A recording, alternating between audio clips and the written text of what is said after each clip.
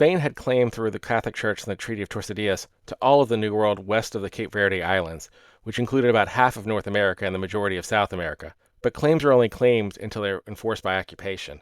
Expansion to the north was hindered by a large stretch of desert which was lightly populated generally, but even more so lightly populated currently following a drought that predated Spanish arrival.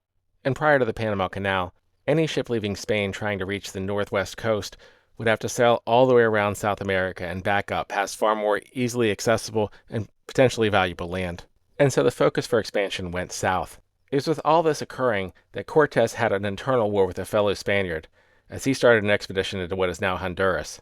He picked someone who he believed to be loyal, someone who had fought with him against the Aztecs, by the name of Cristobal de Olid. But Olid then declared his independence from New Spain, reportedly at the suggestion of Cortés's rival, the governor of Cuba. All of this chaos and infighting led the King of Spain, Charles V, to believe he had to intervene.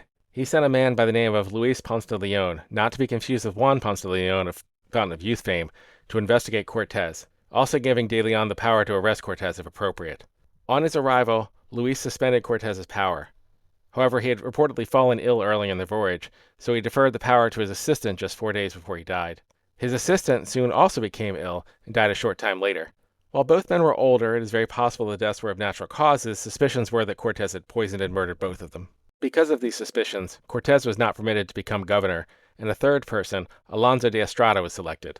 Alonso was likely a bastard son of the late King Ferdinand II of Aragon, and had been sent over with a group to act as a judge for the royal authority in the region, possibly over the trial of Cortés himself. Estrada, who most accounts agree was himself quite corrupt, eventually exiled Cortés, leading Cortés to sail to Spain in 1528 to attempt to appeal directly to Charles V.